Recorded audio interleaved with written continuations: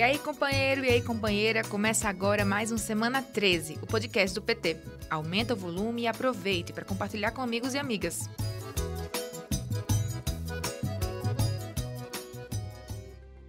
E no Semana 13 de hoje, falaremos sobre a desigualdade no Brasil a partir dos retrocessos de Bolsonaro, além das novas armações da Lava Jato contra o presidente Lula. Em artigo à revista Carta Capital, a presidenta nacional do PT, Gleisi Hoffmann, resumiu a grave situação em que nos encontramos hoje. Gleisi afirma, abre aspas, um espectro ronda o Brasil. O governo, o mercado e a mídia apontam que não há dinheiro, o país está quebrado e precisa de reformas. Isso é útil para justificar a agenda neoliberal, que retira direitos e foi adotada no país desde o golpe de 2016, intensificada agora pela dupla Jair Bolsonaro e Paulo Guedes. Fecha aspas. A asfixia financeira enfrentada por estados, municípios e até mesmo a União é herança das graves decisões tomadas por esse governo autoritário. Olha só, a pobreza cresceu 10,4% ao ano e o desemprego 20,1% desde 2015. Já a desigualdade cresce 7 vezes mais rápido do que nas crises durante a ditadura militar. Ou seja, Bolsonaro quebrou o Brasil e quer aprofundar ainda mais o desastre com os ataques diários aos direitos do povo e com a compra de apoio no Congresso, né? Dilma já tinha alertado sobre a crise do atual desgoverno. Vamos ver aí um trechinho? Os golpistas que usurparam o poder vêm executando uma agenda com medidas políticas, sociais e econômicas que não foram referendadas na última eleição presidencial pela nossa população. Ao contrário, essa agenda foi derrotada por 4 eleições presidenciais consecutivas. É uma agenda neoliberal regressiva que promove o atraso e retira os pobres das políticas públicas, que destrói os avanços conquistados desde 2003 pelos governos meu e do presidente Lula. Reduzimos as desigualdades sociais e ampliamos as oportunidades e os direitos da população brasileira. Agora, isso acabou. Desde o golpe de 2016, o país passou a sofrer cada vez mais com as políticas neoliberais de Temer. E agora o desgoverno quer acabar com os gastos mínimos obrigatórios em saúde e educação. Quer reduzir o poder de compra do salário mínimo, além de negociar um dos nossos maiores patrimônios, a Petrobras. A precarização do mercado de trabalho já produz o aumento das desigualdades. Esse quadro tende a ser agravado com a redução das políticas sociais.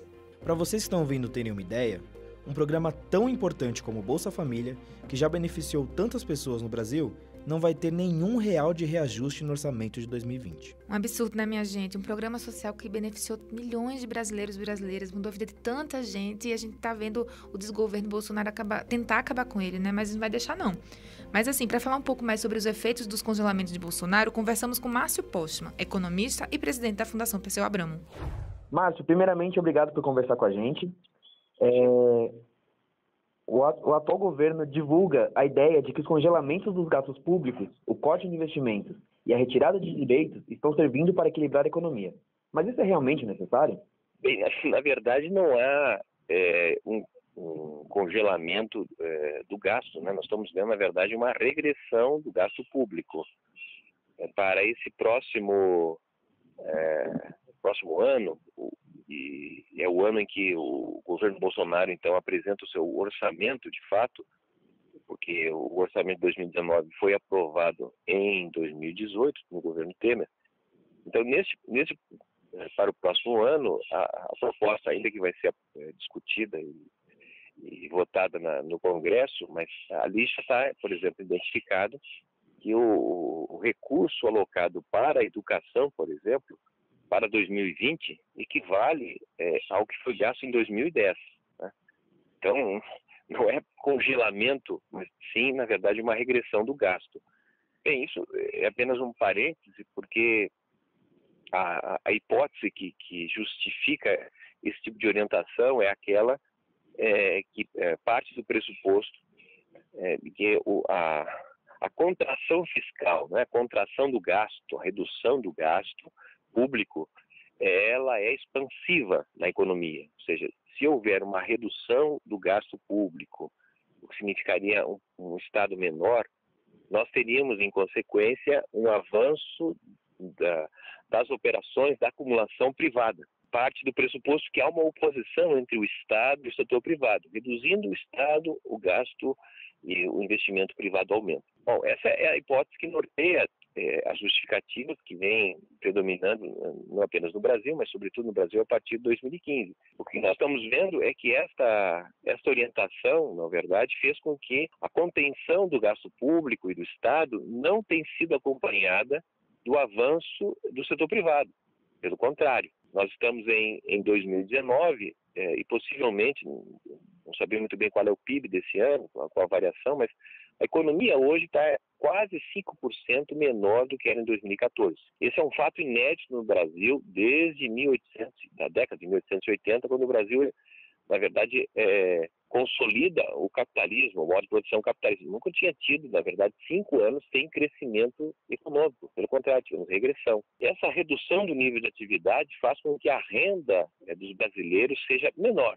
Se o país tivesse uma distribuição equânime da renda, os brasileiros, em média, seriam, em 2019, 9% mais pobres do que era em 2014. Por quê? Porque a economia teria reduzido em torno de 5% e a população aumentado quase 4%. Então, você tem mais ou menos essa regressão do ponto de vista da renda pessoal dos brasileiros. Todavia, o que está havendo nesse período aí de que a economia não cresce, pelo contrário, está aí estagnada nesse patamar de 5% menor de 2014, há um aumento acelerado da concentração de renda. Os 10% mais ricos da população aumentaram a sua participação na renda entre 2014 e 2015 em quase 3%. O 1% aumentou em 10% a sua participação na renda. Isso significa dizer que os 90% dos brasileiros perderam renda e os 50% mais pobres perderam quase 30% da sua participação na renda. Então, o que está acontecendo, na verdade, é que a economia não cresce, está paralisada praticamente, e acelera-se, na verdade, a absorção da renda, que é gerada ainda que 5% menor do que era em 2014, ela sendo gerada, ela está sendo absorvida pelos mais ricos, mais poderosos. Então, é um processo trágico, né, porque uma economia que não cresce não gera emprego, vivemos com uma massa de pobres, desempregados e ainda uma concentração brutal da pouca renda que gera. Certo. Então, nesse sentido, grande parte da população ainda tem muitas dúvidas sobre as mudanças efetivas da reforma da Previdência. Quais as consequências da aprovação dessa reforma para o trabalhador e para a trabalhadora brasileira?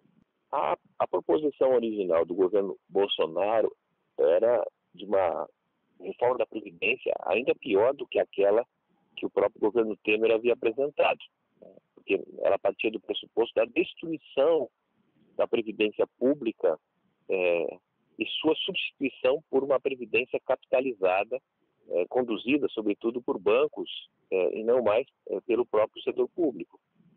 Houve aí uma manifestação, reação muito importante da sociedade, que terminou, na verdade, inviabilizando até agora esse tipo de mudança na previdência pública. Mas aquela que está sendo aprovada, de certa maneira, também não representa melhoras.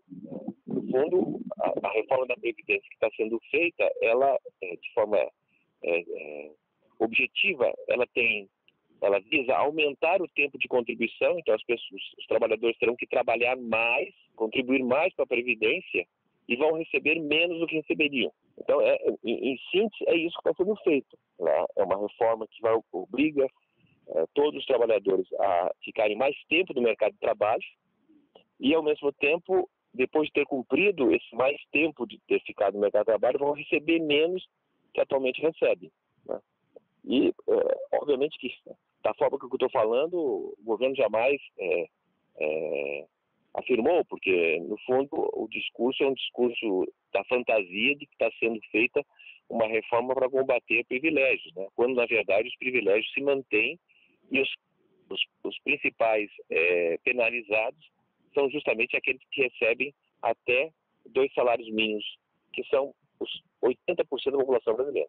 Certo. Agora, eu gostaria de falar com o senhor sobre uma outra face dessa retirada de direitos.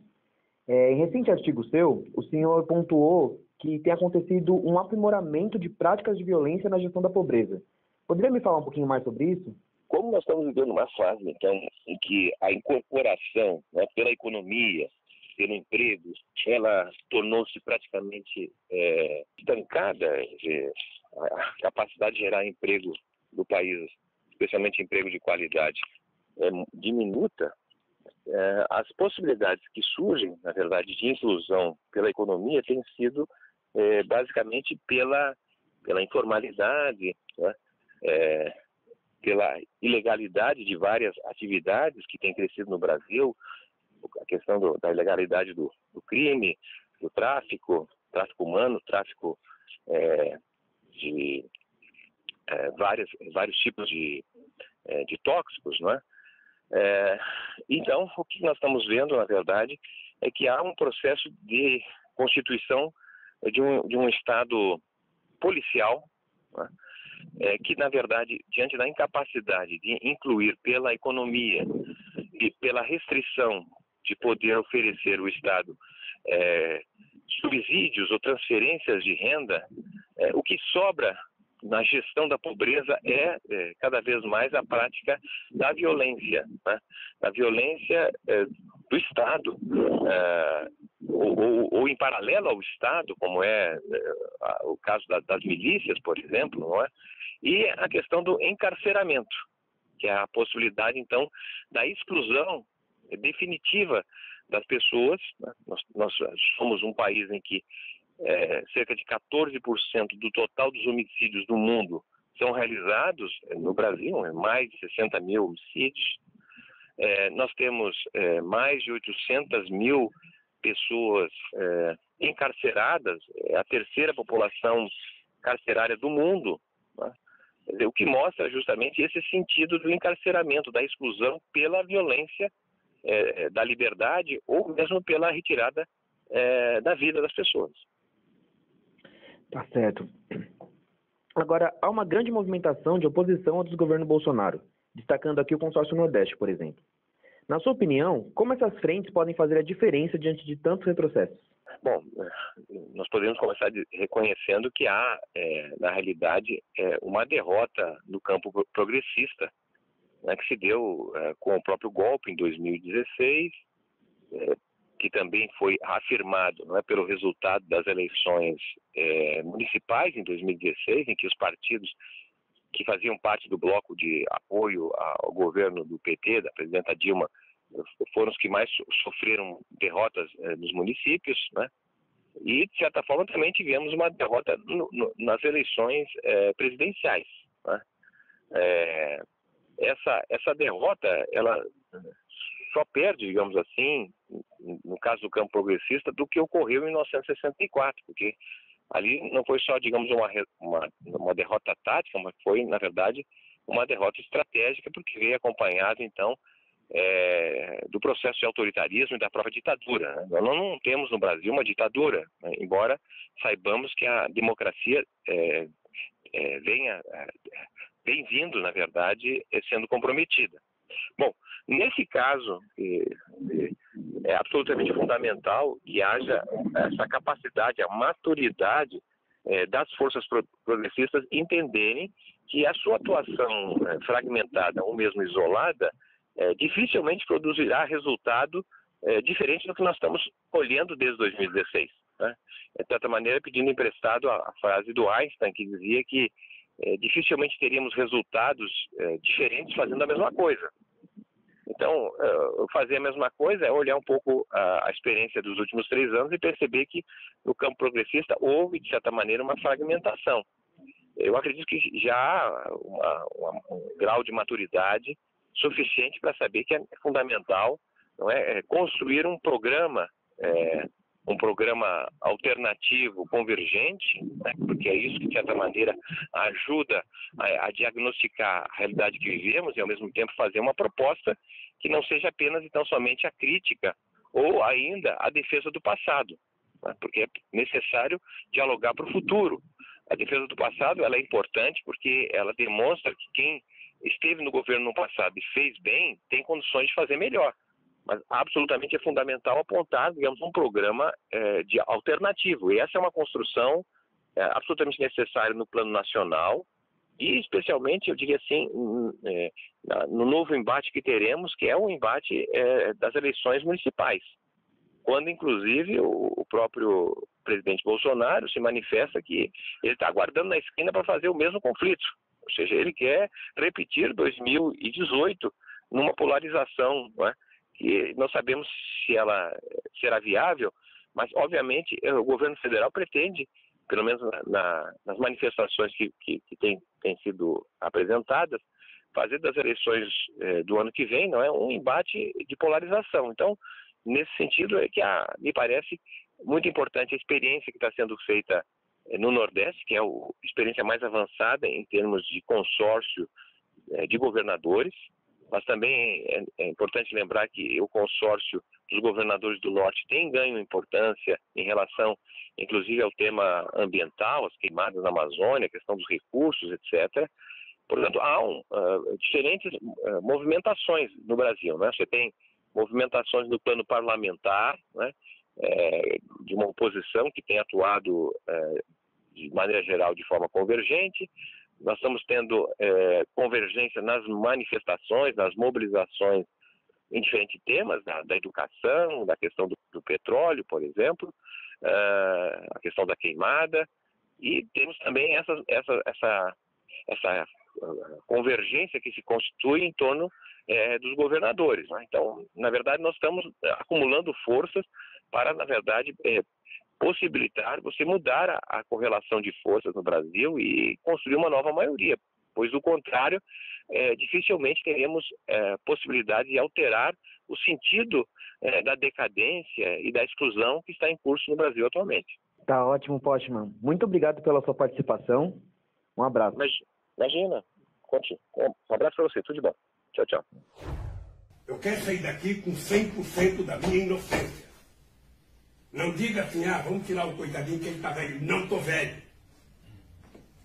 Vamos tirar o coitadinho porque vamos deixar ele em casa. Em casa vamos deixar ele, fica um velho lá em casa, pode até tomar um esquisinho dele, mas ele não vai receber gente controlada, não vai poder dar entrevista. Vamos colocar uma tornozeleira nele. Não sou pombo. Coloque nele essa tornozeleira. Então eu só saio daqui, eu sei que é duro para mim, as pessoas, eu dizer isso para minhas netas, para meus filhos, mas só saio daqui com 100% de inocência. E maior prazer seria sair daqui e o Moro entrar no meu lugar. Ele e o Dallagnol. Porque quem recebe dinheiro do Estado, quem presta um concurso, quem está para servir a sociedade e faz a canalice e a bandidagem que eles fizeram, eles não merecem estar soltos.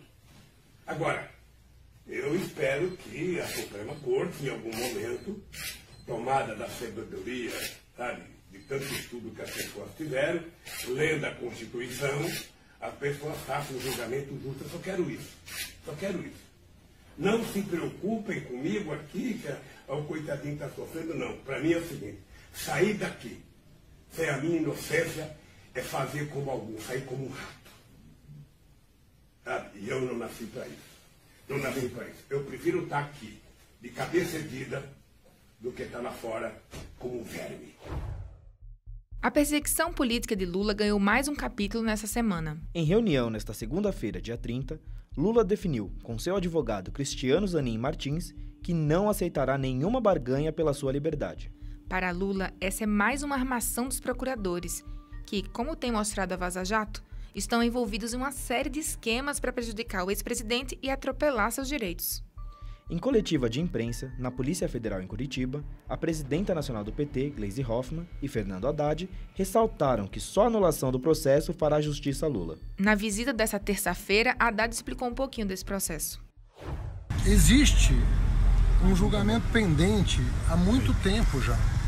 Existe um habeas corpus cujo fundamento é a suspeição do juiz Sérgio Moro, com base não só nos procedimentos adotados por ele ao longo do processo, como agora, mais recentemente, em todas as revelações que foram feitas pelo Intercept, que provam de maneira cabal que a força-tarefa da Lava Jato não só não havia diferença entre o juízo, o acusador e o julgador, como eles operavam estrategicamente com a mesma finalidade. Então essa pendência é que precisa ser resolvida. O HC é um instrumento que precede todos os outros. Isso do ponto de vista constitucional, do ponto de vista processual, ele precede tudo. Então, o que nós estamos às vésperas, talvez semanas, dias, não sabemos, mas nós estamos há algum tempo, né, para ter definitivamente julgado esse habeas corpus que tem como fundamento a suspeição que está demonstrada do juiz Sérgio Moro. Está mais do que demonstrado. Se existe ainda algum ministro do Supremo em dúvida, é natural. Se ele ainda precisa de alguns dias para amadurecer o seu posicionamento, uma vez que são 5 juízes, também é natural. Mas eu insisto, o HC precede qualquer outra decisão, porque tem a ver com a suspeição do ministro Sérgio Moro, com, portanto, a anulação da sentença, que volta para a primeira instância, eventualmente para ser talvez reinstruída ou até um novo julgamento, para que o presidente possa ter a justiça definitivamente atingida. Então é esse o ponto de vista do presidente Lula. Esse julgamento ele está viciado de origem. Mas uma eventual uma questão política. Então, como tem um HC pendente, nós entendemos que a suspeição ela precisa ser considerada definitivamente. E essa sentença anulada. Que essa decisão se sobreponha à decisão aqui local. Não é que se sobreponha, né? Que se ela for anulada, se a sentença está anulada, e se ela for rejeitada? Não se pode falar em progressão. Progressão do quê? Se a pessoa não vai ter mais pena a cumprir. E o queridíssimo Gilberto Gil, ministro da Cultura de Lula e um dos maiores artistas do Brasil, enviou um recado de solidariedade ao presidente. Eu já venho me manifestando há muito tempo a favor da libertação dele, a favor da restituição dos seus plenos direitos de cidadania, e porque acredito que ele é merecedor disso, e não necessariamente merecedor da extrema punição que ele está sendo submetido. Eu sou, enfim, nas últimas manifestações nos meus concertos, quando parte das plateias se manifestam a favor do slogan Lula livre, etc., etc., eu sempre digo, olha, vocês não esqueceram o Lula, e nós não esquecemos o Lula. E queremos que ele seja libertado o mais rápido possível. Em nota, o Partido dos Trabalhadores também reafirmou a decisão do presidente, abre aspas, nem a liberdade de Lula, nem a democracia brasileira podem ficar subordinadas a chantagens e barganhas com quem quer que seja, fecha aspas. E o advogado de Lula, Cristiano Zanin, leu carta do presidente. Vamos ouvir um trechinho. Ao povo brasileiro, não troco minha dignidade pela minha liberdade. Tudo que os procuradores da Lava Jato realmente deveriam fazer é pedir desculpas ao povo brasileiro, aos milhões de desempregados, à minha família, pelo mal que fizeram à democracia, à justiça e ao país. Quero que saibam que não aceito barganhar meus direitos e minha liberdade. Já demonstrei que são falsas as acusações que me fizeram. São eles e não eu que estão presos às mentiras que contaram ao Brasil e ao mundo. E para entender os motivos que levaram o presidente Lula a não aceitar as armações da Lava Jato em sua sentença, leia a mensagem completa no site do PT, www.pt.org.br. E o que você não pode deixar de saber. Em livro de memórias, Janot revela nova armação contra Lula, confirmando estratégia política da Operação Lava Jato. Em campanha a favor da reforma da Previdência, o desgoverno de Bolsonaro se supera nas fake news e mente 5 vezes em apenas 30 segundos. E trabalhadores e trabalhadoras de todo o país foram às ruas nesta quinta-feira em ato para defender a Petrobras, que completa 66 anos e está ameaçada pelos acordos de Bolsonaro. As manifestações também fizeram a defesa da educação e da soberania nacional. 250 juristas de todo o Brasil divulgaram um manifesto em apoio à decisão de Lula. denunciando as irregularidades de Sérgio Moro na conduta dos processos da Lava Jato. E o Semana 13 de hoje vai ficando por aqui. Peraí, Iago, que a gente tem uma comemoração pra lá de especial. O presidente de honra do PT, o melhor presidente que esse país já teve, o nosso queridão Lula, faz aniversário dia 6, né, Iago? Mas explica aí pra galera que ouve o Semana 13, que história é essa que Lula tem 2 aniversários? Pois é, Marta. Lula nasceu em dia 6 de outubro, mas foi registrado no dia 27. Para não dar briga e não perder a chance da festa, Lula continuou comemorando nas 2 datas. Em 27 de outubro de 2002, aliás, o Brasil ganhou um presentão de elegê-lo presidente.